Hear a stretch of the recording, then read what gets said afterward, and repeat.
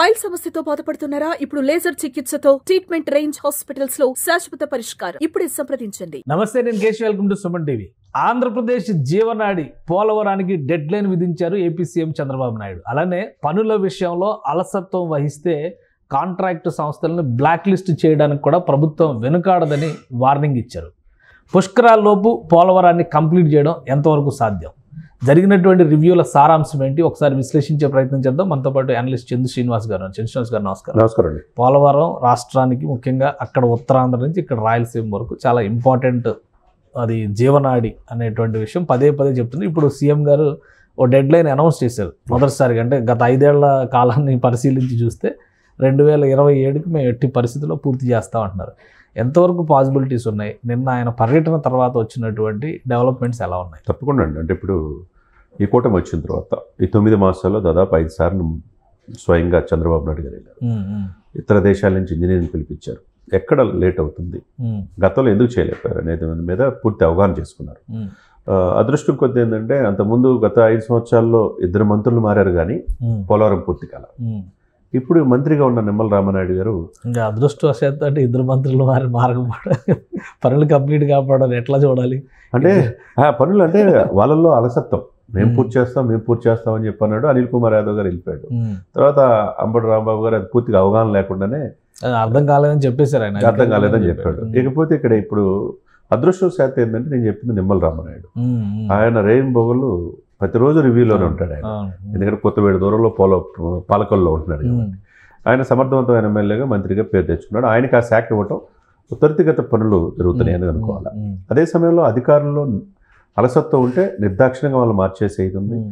అదే విధంగా ఒక జవాబుదారితనం, అకౌంటబిలిటీ లేకపోతే ప్రాజెక్ట్ ఇప్పుడు ఎంతకాలం ఎప్పటి నుంచో అనుకుంటున్నారు కదా, దీనివల్ల లక్షల ఎకరాలు సాగులోకి వస్తే 10 ఏళ్ళు గడిచిపోయినాయి. కాబట్టి నిర్వాసిత గ్రామాలకు కూడా మొన్న ఈ మధ్యనే 2700 కోట్లు ఏదో శాంక్షన్ చేసి వాళ్ళతో కూడా మాట్లాడటం జరుగుతుంది. ఒకవైపు పనులు జరుగుతూ ఉన్నాయి. ఏదో ఒకటి డెడ్ లైన్ పెట్టుకోపోతే మరి ఉపయోగం లేదు కదండి. దశాబ్దం పనే అయిపోయింది. 2028కి ఎట్టి పరిస్థితులు పూర్తి చేస్తానని మొన్న అమిత్ షా గారు చెప్పారు.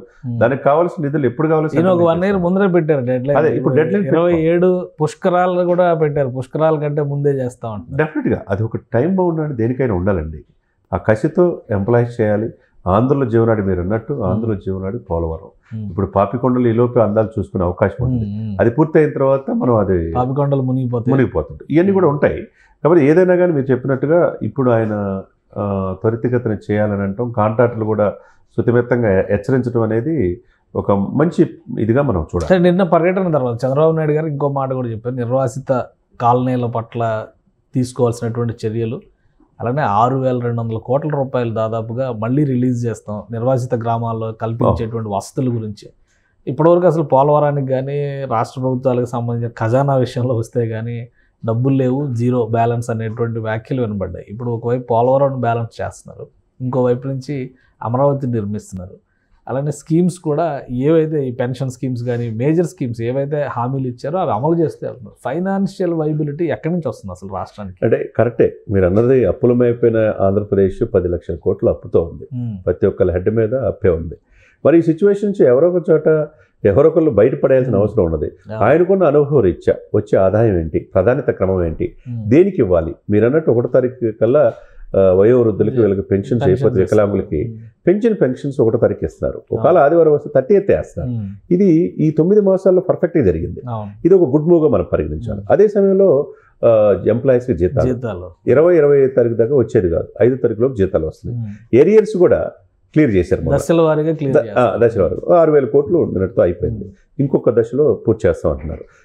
రీయింబర్స్మెంట్ క్లియర్ చేస్తున్నారు, పాత బకాయిలు క్లియర్ చేస్తున్నారు. అమరావతి పనులకు ఆర్డర్లు ఇచ్చారు. పోలవరంకి డబ్బులు ఇస్తారు. అంటే ఇవన్నీ కూడా ఈ డబ్బులన్నీ ఏంటంటే కేంద్ర ప్రభుత్వంతో సఖ్యతగా ఉన్నప్పుడు, రాష్ట్రం కేంద్రం ఒక అండర్స్టాండింగ్ ఉన్నప్పుడు ఇది సాధ్యమవుతుంది. కేంద్రంతో కయ్యం పెట్టుకుంటే ఉపయోగం లేదు. కాబట్టి గత ప్రభుత్వం కూడా కేంద్రంతో ఫ్రెండ్లీ రిలేషనే ఉంది కదా. ఏ బిల్లు వచ్చినా చేయెత్తేవాళ్ళు కదా. కానీ ఇప్పుడు ఎందుకు జరుగుతుంది, ఎలా జరుగుతుంది సార్? గతం మరి బిల్లు చేయెత్తే జలజీవన్ మిషన్ ఎందుకు మిగతా పనులన్నీ కూడా ఎందుకు మ్యాచింగ్ గ్రాంట్ ఇస్తే నడిచే ప్రోగ్రామ్ అవి కూడా ఇవ్వకుండా నిమ్మకు నీరెత్తినట్టు ఉన్నారు. కానీ ఈ ప్రభుత్వంలో చాలా పర్ఫెక్ట్గా ఎవరి పని వాళ్ళు చేస్తున్నారు. మంత్రులు పని చేస్తున్నారు, ముఖ్యమంత్రి డిప్యూటీ సీఎం పని చేస్తున్నారు. కాబట్టి ఎవరి శాఖకు వాళ్ళకి పనితీరు మనం చూసాం, ఎట్లా చేస్తున్నారనేది కూడా ఒక మార్కింగ్ కూడా ఇచ్చింది.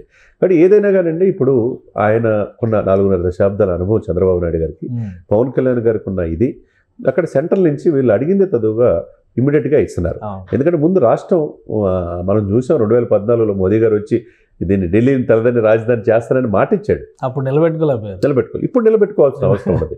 ఎందుకంటే నిన్న కూడా నేను చూశాను, నేను హైకోర్టుకి వెళ్ళినప్పుడు ఓటేయడానికి వెళ్ళినప్పుడు చూస్తే అసెంబ్లీ బ్యాక్ సైడ్ దాదాపు 200 ఎకరాల పైన పూర్తిగా ఇచ్చేస్తారు.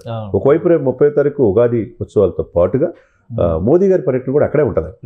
అదే డెఫినెట్గా మోదీ గారు రావాలి. ఏదైతే పనులు ఆగిపోయినాయో ఆయన చేతుల మీదగానే పనులు చేయించాలి. ఇంకా ఏమి వాగ్దానాలు ఇస్తాడు, ఏమి రాయితీలు ఇస్తారు.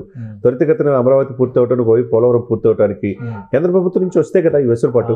కాబట్టి ప్రాధాన్యత క్రమంలో ఏదైతే ముఖ్యమో అది చేయటంలో ఎక్కడగా అలసత్వం అనేది ఇక్కడ కనపడుతుంది. ఇప్పుడు డెడ్ లైన్ రీచ్ అవడానికి స్కోప్ ఎక్కువ ఉందంటారు. తప్పకుండా. ఎందుకంటే కలెక్టర్స్ 2 రోజులు కాన్ఫరెన్స్, మనం 3వ కలెక్టర్ కాన్ఫరెన్స్ చూసాం. 2 రోజులు కూడా కలెక్టర్ కూడా జవాబుదారితనం, 10 నెలల్లో 3వ కాన్ఫరెన్స్. అంతకుముందు అసలు కలెక్టర్లకు ఒక జవాబుదారితనం, మీకున్న వృత్తి, మీరు నిజాయితీగా పనిచేయండి, ప్రభుత్వ పథకాలను ప్రజల్లో కింద స్థాయిలో తీసుకెళ్లాల్సిన బాధ్యత మీదని చెప్పేసి వాళ్ళకి ఎప్పుడు లేని విధంగా పూర్తి అధికారాలు ఇచ్చారు. అదే సమయంలో మీరు అన్నట్టు పోలవరం నిర్వాసిత గ్రామాలకి ఏదో వాళ్ళతో అభద్రతా భావం తొలగించాల్సిన పని ఉన్నది. సైమల్టేనియస్గా ఇంజనీరింగ్ పరిహారాలు కూడా దశల వారీగా ఇస్తున్నారు. కాబట్టి వాళ్ళకి డౌట్స్ అన్ని క్లారిఫై అయిపోయింది. కాబట్టి లక్కీగా శ్రీ బాలరాజు అనుకుంటే అక్కడ Polavaram MLA Janasena MLA TDP కూడా సఖ్యత ఉండి ముందుకెళ్తే మొత్తం అందరూ ఉన్నారు. ఆల్మోస్ట్ ఆ జిల్లా మంత్రులు, ఎమ్మెల్యేలు అందరూ ఉన్నారు నిన్న సభలో. అది కూడా ఒక ఐక్యత రాగం ఉండాలి. ఆ ఐక్యత ఉన్నప్పుడే జనంలో ఇది మంచి వెళ్ళిద్దండి. కూటమి కలిసికట్టుగా పనిచేస్తుంది. వీళ్ళు మా కోసం గత ప్రభుత్వం చేయలేదు, వీళ్ళు చేస్తున్నారు. 2027 కల్లా పూర్తి ఆయన అన్నాడంటే చేస్తాడనేది నమ్మకం చంద్రబాబు నాయుడు గారికి. ఆ మాట కట్టుబడి ఉంటారనేది ప్రజలకు కూడా ఉంది. మరి అది ఏ విధంగా వీళ్ళు కింద స్థాయి, క్షేత్రస్థాయిలో వాళ్ళ యొక్క కాంట్రాక్టర్లు కావచ్చు, లేకపోతే ఉద్యోగులు కావచ్చు, వీళ్ళు ఏ విధంగా సహకరిస్తారో, ఏ విధంగా పూర్తి చేస్తారో కూడా మనం చూడాలి. డెఫినెట్గా పూర్తి అవుతుందని మనం అనుకోవాలి. రైట్.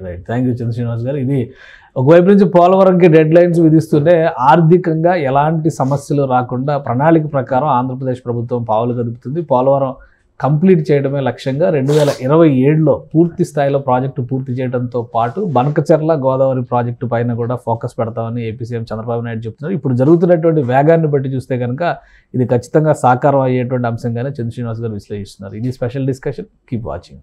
సుమన్ టీవీలో మీ పర్సనల్ అండ్ బిజినెస్ ప్రమోషన్స్ కోసం కింది నెంబర్కి కాంటాక్ట్ చేయండి.